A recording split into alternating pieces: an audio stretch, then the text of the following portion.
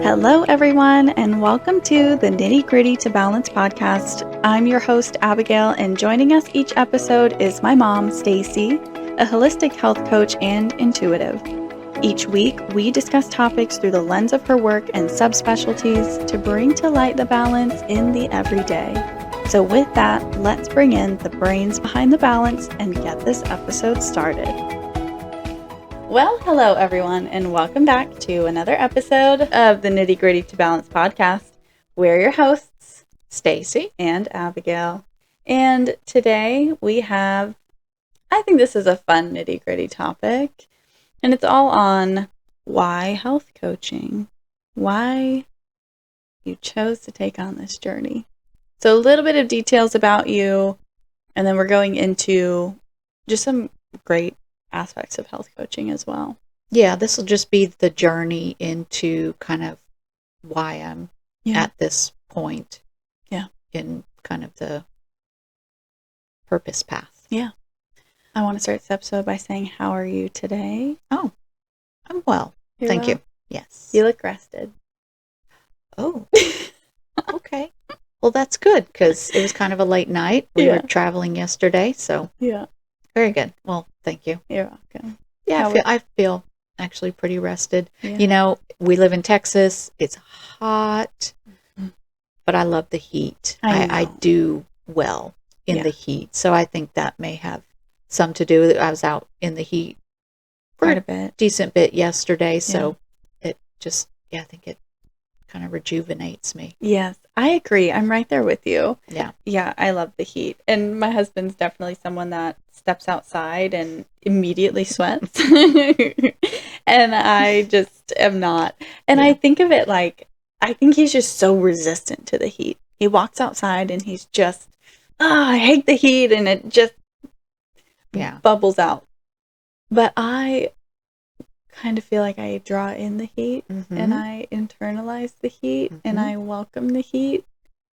And so I feel more regulated in my body when I'm outside. Yeah.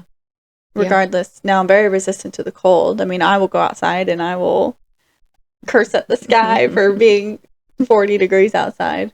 But the heat, it's like a warm blanket. Oh, just is nice. Yes. Yes. I love it. So how are you? I'm good. We had our good chit chat before this episode started, and I'm good today. This past week had been a stressful one. Yeah. And on top of that, I worked 4 straight days, which I've not done in a very long time. Right. And then this upcoming week, I'm working 5 straight days. So yeah, getting a little taste of it last week. I think I know a little bit more of what to expect, and some, I need a little bit more self-care this week than most weeks. Oh, nice. I'm glad you recognize that, and I hope that you get to follow through for yourself on that. Me too. Yeah. I mean, every week I set myself up for, this is a goal and this is a goal and I want to do this and I want to accomplish this. And, the more days that go by and the less goals that you hit and the less that you achieve that you had set out to do, it's just like, what was I thinking? But yes, I'm trying to enter a peaceful state of acceptance that I can certainly set out to achieve these goals. And if I only hit 3 of them, that is still success. I think I'm going to throw this in here. I was listening to a podcast, which I do a lot. The person was talking just kind of briefly about Dharma. And can you explain what Dharma is? Right. And that's what they kind of went through in this podcast as well. This gentleman host had brought up Dharma, and then the guest asked him, well, what is Dharma? What does that mean? Because he was asking her a question about it. And so it was really interesting how she just kind of put that back to him and let him work through that. And so Dharma is basically life purpose. And it got me thinking that we are living our life every day. So every day is our Dharma. People tend to think Dharma is your life path. what you were meant to do, in the future. Yeah. It's this path that you're on, which it is, but the future is tomorrow.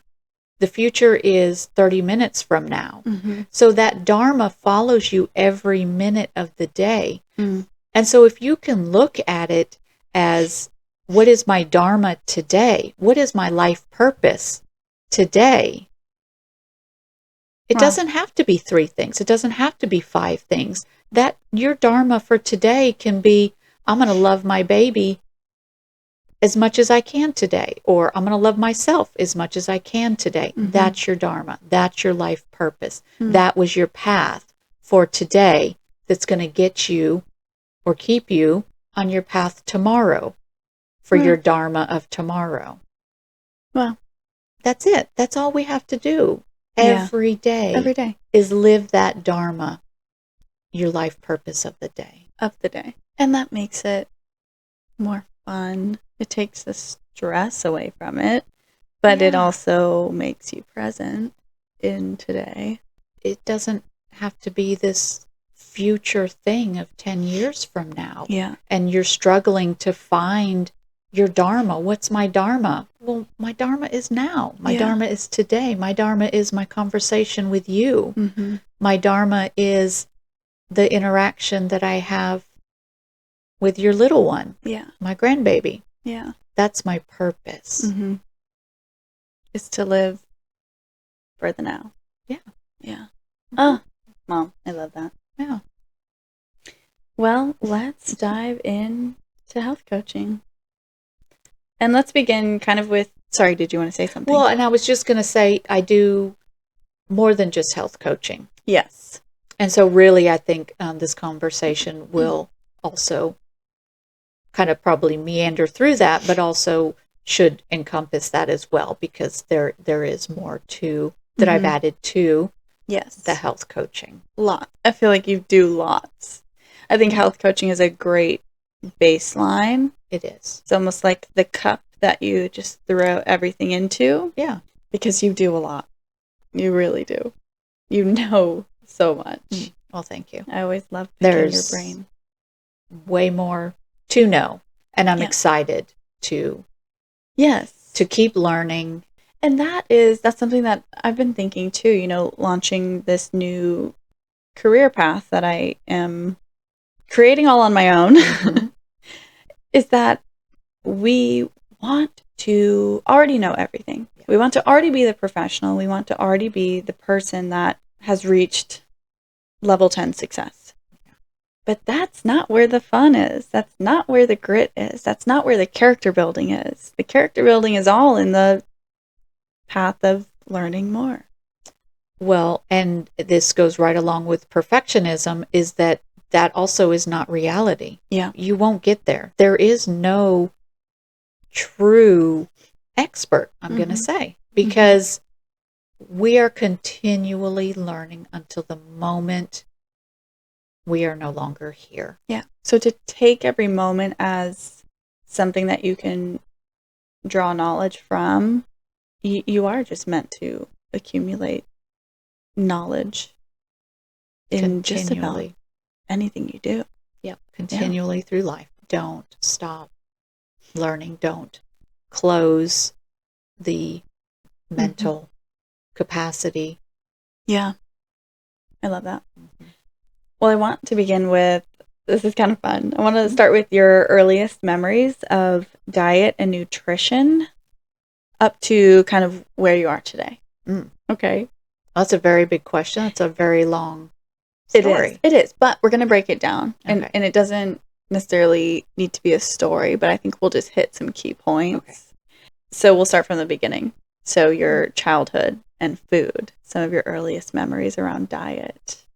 So I grew up in the 70s, 80s. You were young. Yeah. That was your childhood. Yes. And so we were very low middle class or upper poor. We were somewhere in that poverty, lower middle class. So, we didn't have a house full of food. We didn't have all the clothes we wanted, shoes, none of that. Everything was bought on purpose and for purpose. And so, but at the same time, my mom, who had, pretty much the consistent job, always made sure that we, had food in the house. But growing up in that time, it was Coca-Cola, Pepsi, cereal. Yeah. It was not a nutritious diet. Mm-hmm. And my mom was not health conscious. Right. So it was just, you go to the grocery store, you buy some things and eat. Some of the easy things, some of the mainstream things like Coca-Cola. Mm-hmm. Yeah, just the, Mm-hmm. yeah. Yeah. And you carried Coca-Cola with you? Oh, I would have 1 or 2 Cokes a day. Through school. I would come home from school. I'd have my Coke. Then when I was in high school, I was in athletics, so I would, at lunchtime, I had my Coke, and then after, did dance, so I was on the drill team. So then after our drill team practice, on my way home, I'd have a Coke. Maybe when I got home, I'd have another Coke. Yeah. And that certainly was, not that I remember drinking Coke every day as a kid, but it certainly was a staple in our house because even when we were kids, Mom always had a Coca-Cola with her lunch. Yeah. A staple lunch. A lunch staple for you for the longest time was peanut butter and jelly with Doritos and a Coca-Cola. Yeah. And that was just, that was normal. That was your go-to lunch. Yeah. And what a beautiful lunch. Oh, gosh, it was so good. So, which, really points to that I was not, as you kids then came along and I had the family, I followed, I guess, in my mom's footsteps that we were not health conscious either. Mm-hmm. Food was just food. You ate it. Yeah. It's in the stores. It's good for you. You eat it. Also, I'm not hungry in the morning. I don't eat in the morning. I maybe eat lunch and then typically always eat dinner. So it was even like the structure of meals was, if you're hungry, eat. If you're not, it's fine. Yeah, pretty much. Although, I did try to make breakfast for you kids before you would go to school. And then obviously that changed. And so, but I did always try. And I think for the most part, all you 3 kids did eat breakfast. We certainly, when we were younger, I guess I'm more so thinking, I guess my mind goes to when we were in the new house already. Diet. I don't know that I necessarily remember much about diet before. Right. Okay. Yes. Diet was not on my radar at all through the early years of having kids. Yeah. It was not. It was. Food was just food. Yeah. And so then that kind of goes into the next bullet point was processed foods. It was just food was food. Yeah. Lots of cereal, oatmeal. I remember frozen chicken nuggets. Oh, lots Hot of Pockets. lots of frozen meals. Yeah. Yes. Yeah. Dyes, all of that. Yes. Yeah. But also at the same time, sugar. I feel like that's just how culture was. It was just food is food, so just eat it. It's a completely different shift now than before. And food is different now than when I was eating cereal in the 70s and 80s. Yeah. It is different now. Yeah.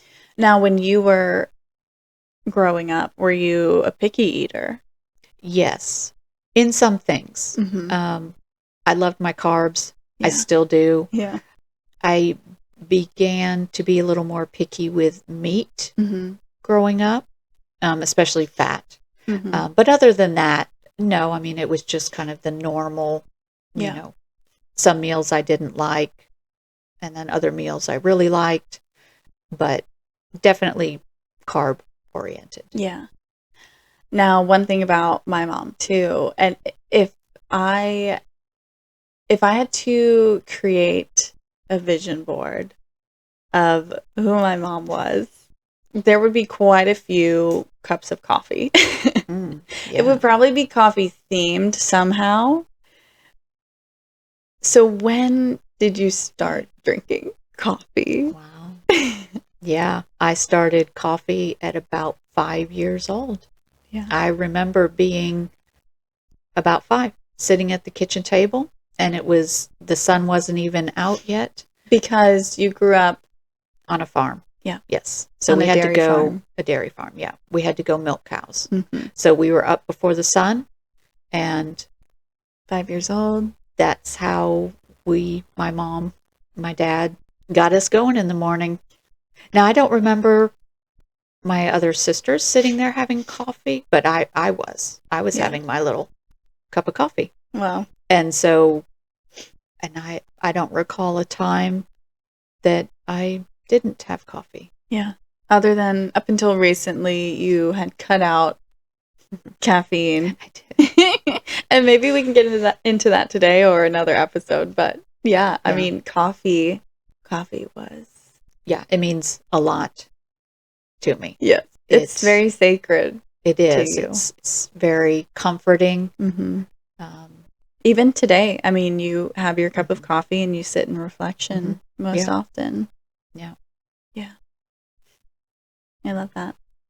Let's kind of move into your wake-up call around nutrition and health between 2009 and 2010. I guess we can really start with my brother and his struggles with ADHD. Right. And that's exactly when it all started for me, was that he was not doing well in school. Well, he hadn't been doing well in school from elementary on. And, we fell into the give him medicine. So that's how we managed it all through. Although I was a parent that participated very much in his education. I was always at the school trying to talk to the teachers, the principal, stay very active with how he was doing in school, which he really all through school did not do well. And it wasn't until 9th grade we had made a move out to the country. We had bought some property and he moved to a new school system. We were very hopeful that it was a smaller school, that he would get more of the individual attention and hopefully start to excel. And it just really was opposite. And he was not doing well at all. School was much more of a social time than a learning time. And so it just came to the point to where I had to make the decision that he just couldn't go to public school anymore. I was going to have to homeschool him. And I never liked him to be on the ADD medicine. And so as soon as I pulled him out, I told him that you no longer have to take this. We will manage it. We will figure it out. And that's exactly what we did. I mean, he was in a fog all the time. His stomach hurt all the time. He never felt good on it. That was, at that point, just what I knew was our only option. I didn't know any different. So then I started really researching, how do I help him with nutrition from, not having to take this ADD medication. Right. And that's what propelled my research into almost everything that we kind of came up against. Now, I wasn't perfect at it. I didn't really truly find great solutions in this, now that I can look back and reflect. At the time, I thought, I'm really doing some good here. I'm really figuring this out. And the literature that I was finding was not good literature. That's what I know now. It was not good. Can you pick out some things that you felt were almost like revolutionary thinking at the time that now is maybe... What I really remember was them finding articles that was saying that fat was bad, and that contributed to the hyperactivity and the lack of concentration. And so I then started steering the family away from healthy fats.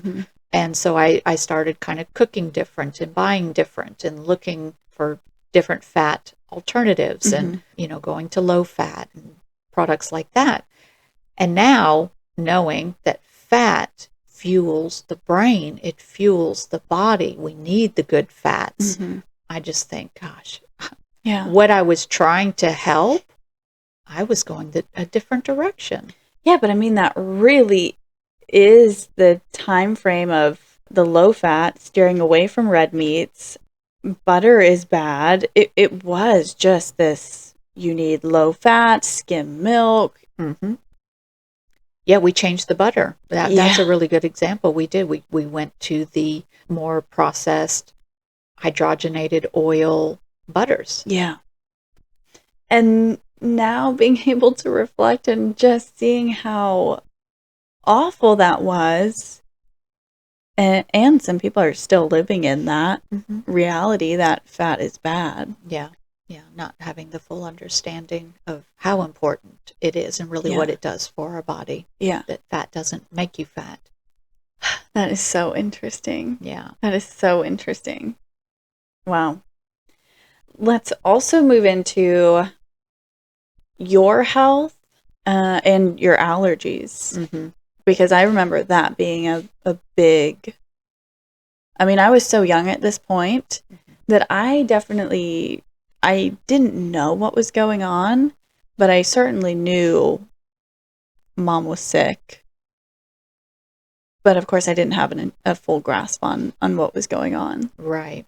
Yeah. And that is so multifaceted. And it's interesting because, a lot of people in the health space had to go through their health crisis journey that moved them into where they are now. And that was a piece for me as well. There were a lot of pieces actually, but that was one that I dealt with for a very long time. I had developed an allergy, and that was 2009, 2008, 2009 that popped up. And I don't recall how long I dealt with it before I ended up finding what was really causing it. But I want to say it was probably a month, maybe into 2 months, month and a half, that I struggled with hives. Fairly chronic hives. And severe. Severe. My face would swell, my eyes would be swollen shut, my lips would look like I'd been in a fight or I was stung by a bunch of bees. And it was just all over my whole entire body. Your palms, your feet. My feet were so full of hives, it felt like I was walking on golf balls. It was so painful. My hands were so painful. I couldn't hold things, couldn't open jars, dishes, all of that. It was just very, very painful. And I went to multiple doctors. Nobody could tell me what was going on. I had to continue to figure out who to go see, how to find help. What the right type of help was. Was it blood work? Was it... Yeah. Yeah. And so I had gone through 2 or 3 doctors in different specialties.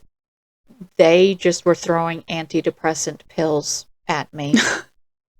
That was the solution, which is a beta blocker. I can kind of understand their line of thinking, but there was that was just, they just threw that at me. It was just a Band-Aid. Just go take this. Yes. We don't know what's going on with you, but take this and see if it helps.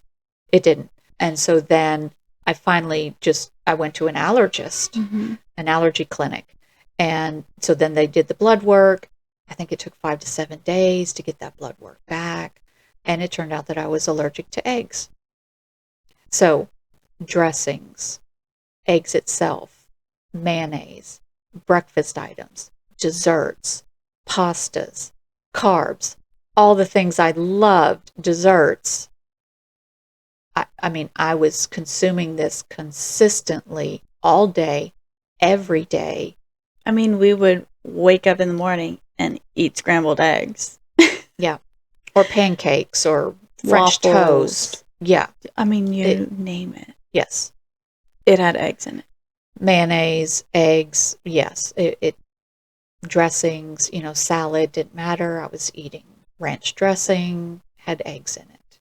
Sandwiches, we were big sandwich eaters. It had mayo, had eggs in it. Mm-hmm. So once I figured out that eggs, and then I had some smaller items in there, but eggs was the problem. Yeah. So then I had to really modify my diet. Extremely. Because eggs were in everything. And it was just this intense overhaul of, okay, everything needs to get thrown away because we have to start completely fresh. And I have to find products that pastas and breakfast items and things like that don't have eggs. And eating out was a challenge because half the time you'd say, does this item have egg in it? Oh, I don't know. Let me go ask. And then it did. It did, or they didn't quite know, dressings, sauces. It just, goes on and on and on. Yes. So, and so then I had to change how I ate. But also, having a family of 5, you didn't want to just eat your food and then here's our food. I mean, I don't quite remember all of that. I don't remember you specifically only eating your food and we had. Yeah, no, we didn't necessarily have the money to where I could keep everything separate. I could buy all of my groceries and then you guys could have all of your groceries. We didn't have the money for that. So we were on a budget. Mm-hmm. So yeah, everybody kind of in the house kind of had to transition. And I kind of had to figure out, okay, am I allergic when I touch it? Am I allergic just being around it? But that turned out all to be fine. I could make dishes with eggs in it. Mm-hmm. For the most part, I would sometimes just have a local reaction to it on my hands. If I actually got the eggs on my hands, I would have a little local, but I wouldn't swell up everywhere like when I was consuming it. So for the most part, it was okay to be around eggs. So I could still make you guys eggs and some breakfast items, but that I couldn't eat. But dinners and lunches and things like that, and the kind of, sauces and dressings and mayo and all of that we had in the house, that did also kind of start to change a bit. Right. And so how would you say that, and maybe even you felt this before finding all the allergies, but at any point did you feel like you just had no love for food or no desire to even eat? I have never had a great relationship with food, and just meaning that I'm one that always felt that food was a waste of time. I never loved food. I didn't like to cook. I don't necessarily care to sit down and eat because that's time that I could be doing something different that I'd rather be doing. Yeah.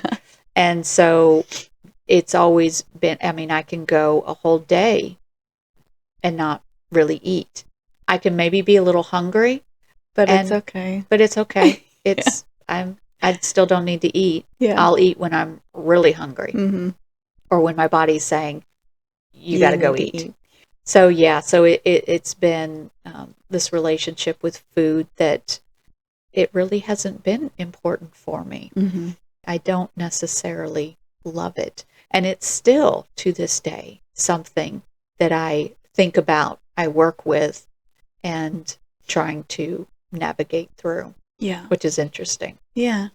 And it is funny, growing up, seeing you be that way. That certainly has kind of become normal for me. I mean, more often than not, I'm not eating breakfast. And that was really big for you as well. Breakfast was like, okay, maybe. Yeah. But it wasn't I need to wake up and I need to eat breakfast. And so I certainly carry that into my adult life. Like, if something sounds good, if I'm hungry, yeah, okay, I'll eat something. Yeah. Now, it is always coffee in the morning, so that certainly suppresses that appetite from the beginning there. Right, it does. But yes, I am more, there's certain points where I do have a love of food. I can absolutely have an appreciation for food and enjoy to sit down and eat a meal. But more often than not, and it's kind of funny because my husband's the complete opposite. He needs to enjoy every single meal that he has. Otherwise, what's the point of eating it? And I always find myself, he'll ask, oh, do you want this? Do you want this with this? Do you want to put this on your food? It's always like, trying, how can we make it better? How can we make it more fun? And oftentimes I just tell him, I don't really care. It doesn't really matter to me. You can, if there's only one and it will make your meal better, you have it. I don't need it. Right. And it is just, I don't care. Food doesn't have to be fun for me to eat it. And I do find myself just, let me just eat because I know I need to. And I'm fine. Yeah. So it's kind of funny. I mean, it's very... Yeah, it kind of trickled down. Yes. But, when I sit down to eat, I can eat a large portion. Yeah. I mean, I'm not a, I don't eat small little meals. I will eat. Yes. And yes, I can eat. If Mom was having breakfast, it was 5 waffles, 6, 3 donuts. Oh, 5 or 6. Okay, I was having 3 donuts. You were having 5 or 6. Yes. It was always large amounts portion of food. Yeah. Yeah. So, it was just so wacky. Up and down and yes. Yeah. So interesting. Well, and my sister is the same way. She can sit down and have a ginormous portion that this one little girl does not need to have. Right. But she doesn't do that for every meal. It's very selective when she chooses to do that. Right. Yeah. Which is, just the same. So it is funny, being able to reflect on your eating habits and styles growing up and how some of those have, transformed into my eating style today. Yeah. That tends to happen. Yeah. That and it's not, I never feel like I have a poor relationship with food. I don't have to be excited in order to eat. Like lots of people do. Lots of people need to have a, kind of like when you started changing your diet and changing your food and eating these more healthy foods, they didn't all necessarily taste great, but you would always say, even though it doesn't taste good, I know it's good for me, so I can eat it. And I'm also the same way. Yeah, it's not great. It's not perfect like the copycat processed version would be. Right. But I know it's so much better for me, and it makes it easier to eat it. It does. And I know that it's just a transition for my mind, my taste buds, to then start to accept it, and then you crave it. Yeah. Then it becomes the normal flavor. Yeah. The normal, it's your palate changing. So with all that being said, that's where it really pushed you to start expanding your knowledge in diet, expanding your knowledge in food. And really you had to do what you could with the resources that you had, meaning the literature that was out at the time and, resources that you had to make these changes. Yeah, and what's really funny is that we just had, I guess, around that time, gotten a computer in the house. And, we did a little bit before then, too, but it was like this, we had this little computer station. And so now I could get online and kind of start finding information. So it was kind of, the beginning of where this worldly information was now just at your fingertips. Yeah. And you could filter through and find so much more rather than, okay, let me try this book. Okay, let me, let me read this article. Yeah. It was more, you had so much more. Yeah, a little bit more accessibility to the information that was out there. But again, the information mostly that I was coming across was not beneficial. Yeah. We were being told and kind of the direction that things were going. And at that time I didn't know enough. I was just baby stepping my way through nutrition and trying to find alternative solutions. And you were doing everything in the dark, basically. Oh, totally. I mean, you didn't have guidance necessarily. I mean, I can't even imagine how difficult that was.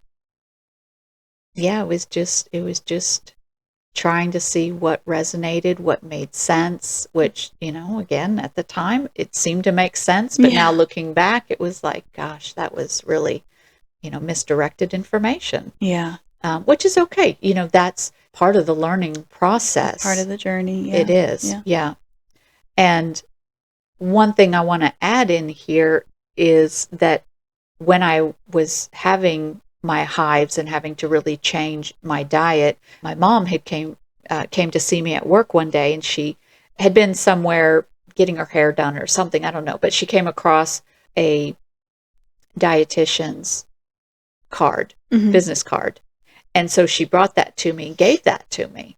And, I was, thank you, Mom. I appreciate that. That's a sweet thought. But I looked at the card after she left, and I was like, a dietitian, sorry, anybody out there. I was like, that's a really crappy job.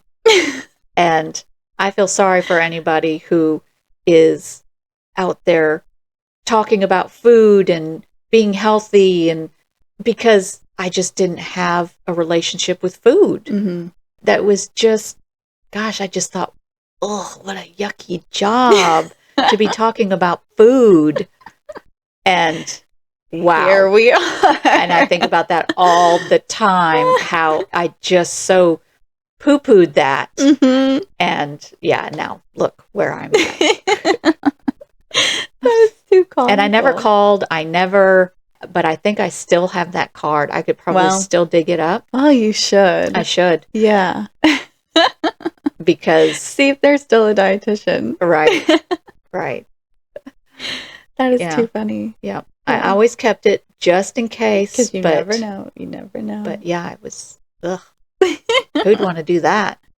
Well, yes, I mean, there's so much growth that you had to go through within that time frame, and so much knowledge that you did gain, whether it was the right knowledge or not with hindsight. Right.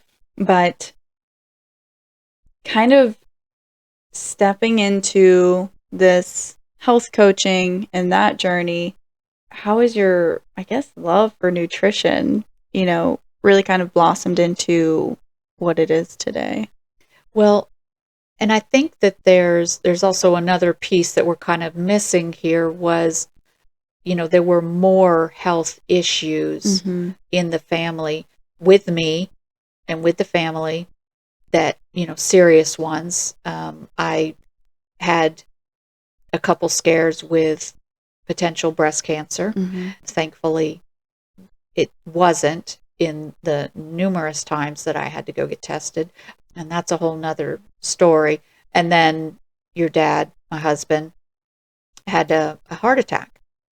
That was the one that really propelled me into, I would say, deep dive. Yeah. Into more holistic knowledge and direction, even though I wasn't totally holistic, but that was kind of the diving board for me. Well, and holistic health was kind of always the baseline for you. Somewhat, yes. Yeah. Because I never liked medications. We were not one that went to the doctor unless it was an emergency. Yeah. We really didn't take medications. We had ibuprofen, Advil, that kind of stuff in the house, and we did take that. But other than that, it was like, no, there's got to be a different way. Yeah. And so, yeah, really, I think there always was this underlayer of something holistic. There had to be something there. Yeah. But what it was, I had no clue, through.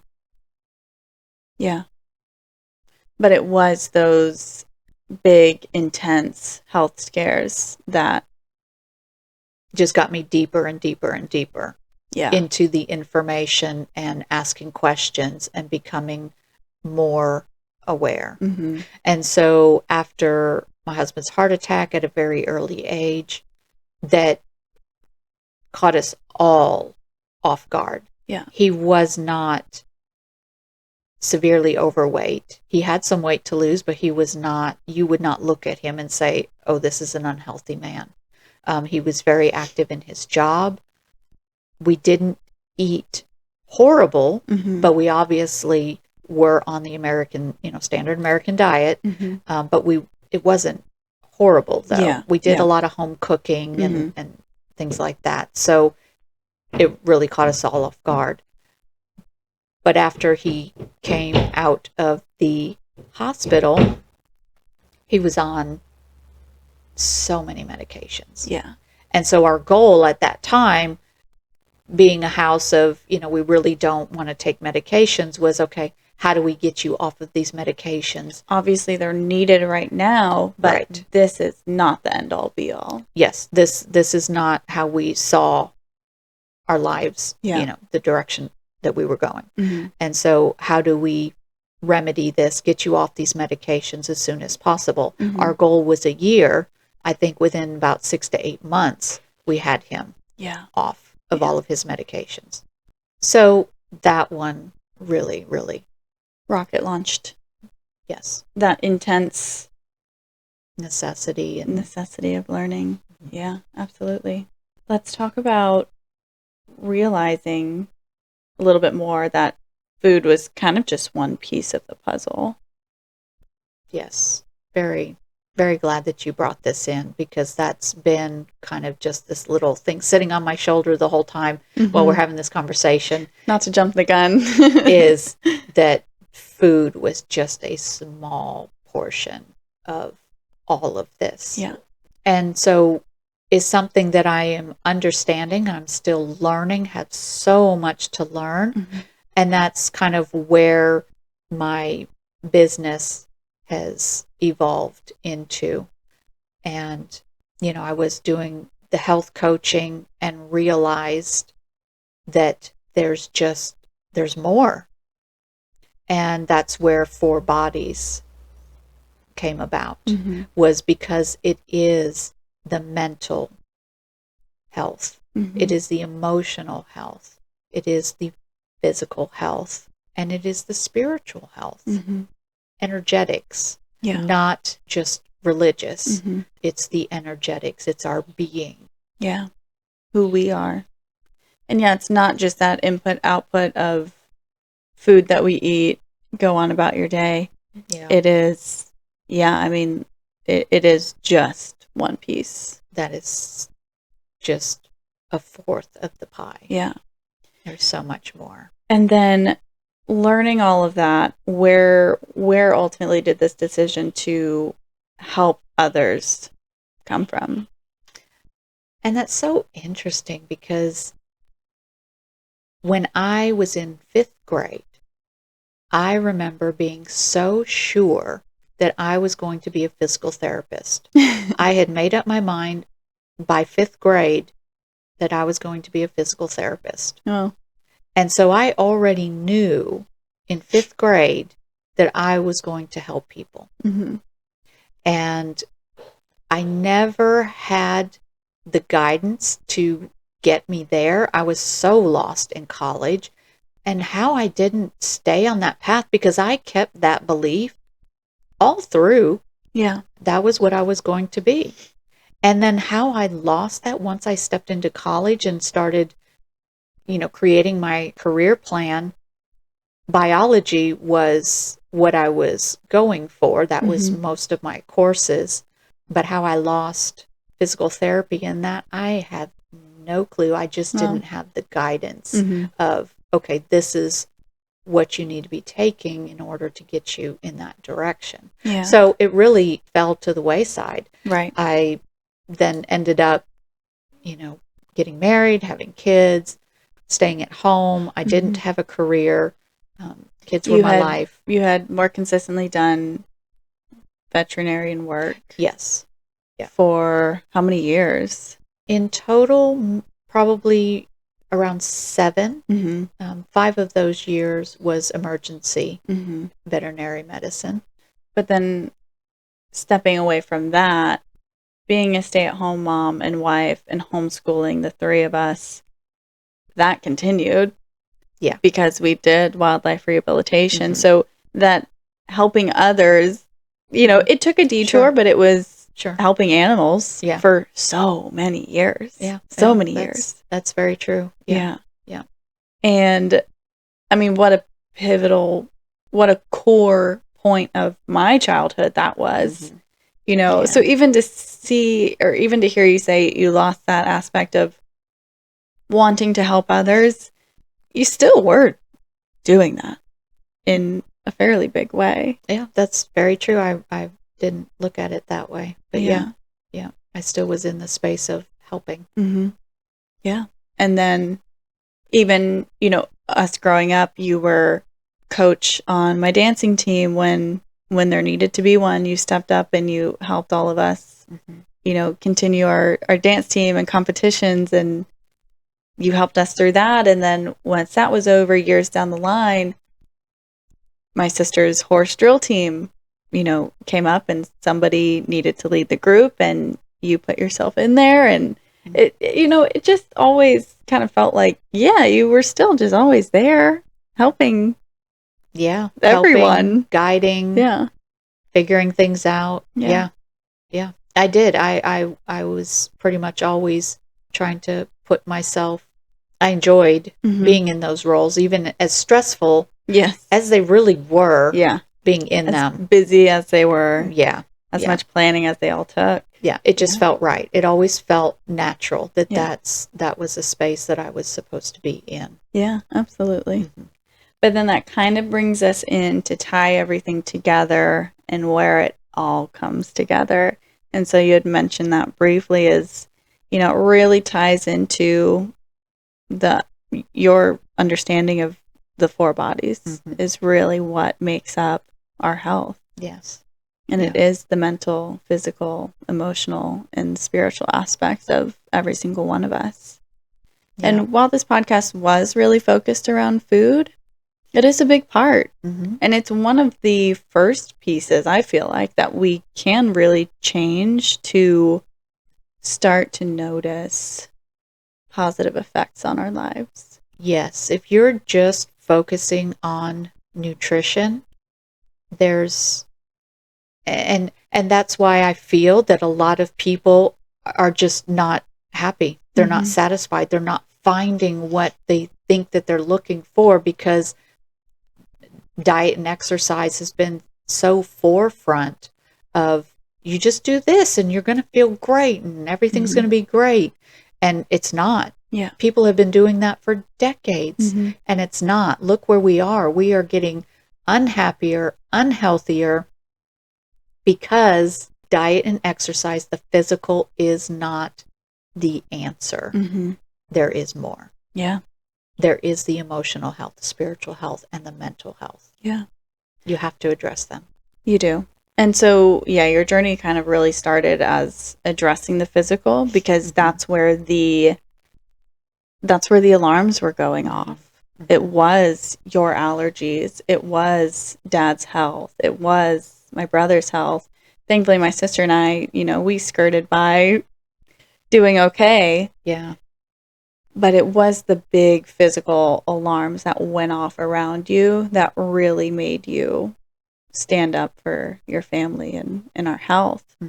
But through discovering everything that you did, that's where it turned into more than just nutrition. Yes, definitely. And what has also really taught me this as well is that when I first was getting into the nutritional aspect of this and finding my love for it and my passion for it and wanting to talk to everybody about it, whoever would listen. And the people at work got the brunt of it. But they love it. I think they put up with it. I was so gung-ho about sharing my knowledge. Yeah. And I was also in the mindset of that this is the way it should be. And this is what everybody needs to be doing. And you need to be believing this and doing this. And this is how it should be. And just really kind of going at it like that. And I've learned and I've really softened up after learning, the mental, the spiritual, and the emotional part of it, that there are other reasons that people look at nutrition or physical ailments or whatever that physical piece is so differently. And they need to move through it so differently. And I can't be so specific and this is da-da-da-da-da. Right. We are individuals. Yeah. And it is so important to remember that in every piece of this work. Yeah. Is because it's not that cut and dry. And so I've really softened in my approach in talking with people and really letting people lead themselves through things with my knowledge of being able to hopefully ask questions, the right questions, and guide. Yeah. And not just be telling people what to do. Right. I want to guide people. Yeah. Through their experiences and stories. And that's what I was about to reiterate was, guiding them through, the lenses that they're working out of. Yes. Because you're right. I mean, there's so many reasons. There's so many different reasons why people do different things. Yes. So many different emotional ties or, physical ailments, like you said. Beliefs. Background. Yeah. Cultural. Just so much. And so to have, to allow someone to sit in front of you and explain to you through their ways of thinking and you just being there to be able to support and talk them through and start to implement subtle switches and changes. It is creating that balance and how it's different for everyone.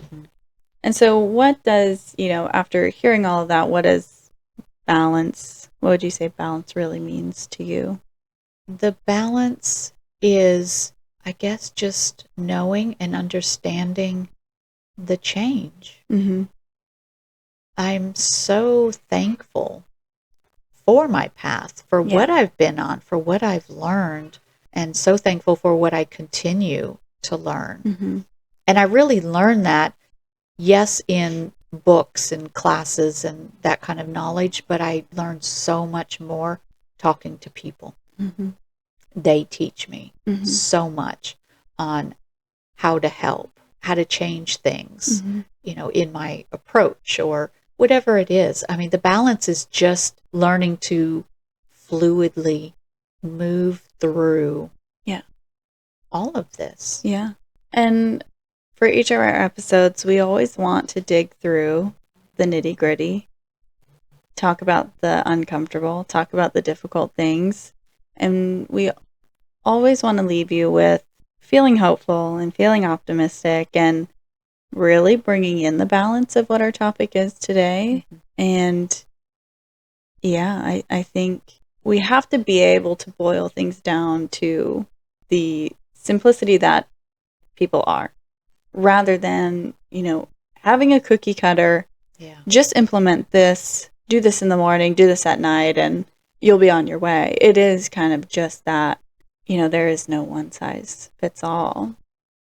But the balance for me today is the beauty of reflection. I think, you lived day in and day out with everything that you struggled with your diet, with my brother's health, with dad's health scares, that was, you had to live through that, questioning everything that you did. Mm-hmm.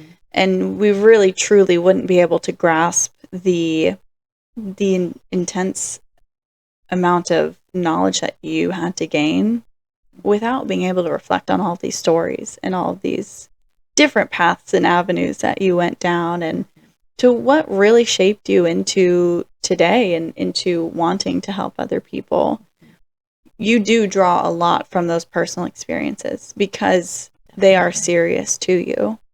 And I think reflection is really big from what I'm picking up from today.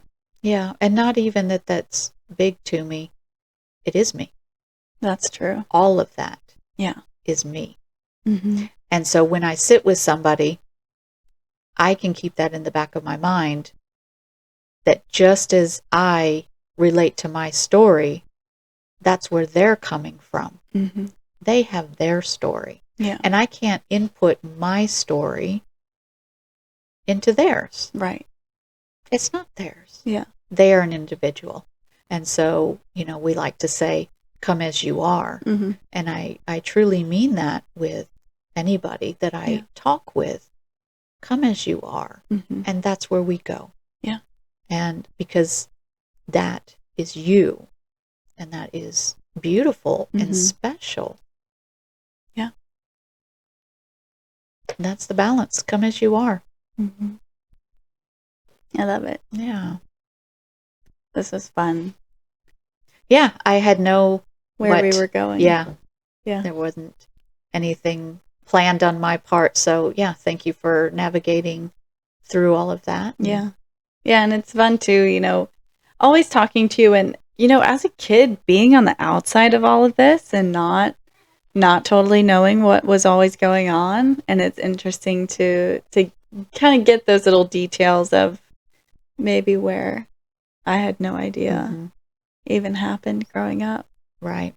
Yeah. Well, and now even being an adult and being able to kind of see where I was at is also, gives you a little bit different perspective now. Right. On the whole thing. Yeah, absolutely. Kind of fun. It is fun. It's really fun. Yeah. Yeah. Do you have anything else you want to add to this episode before we wrap up? I was just thinking about that. I don't think so, other than just, I guess we'll reiterate that this is still something that I'm moving through with food and nutrition and the holistic side of it. Mm-hmm. I'm not perfect. It's not perfect. It's still my journey. Mm-hmm. And it will be until I'm no longer here. Yeah. And that's the same for everybody. Yeah. It's your journey.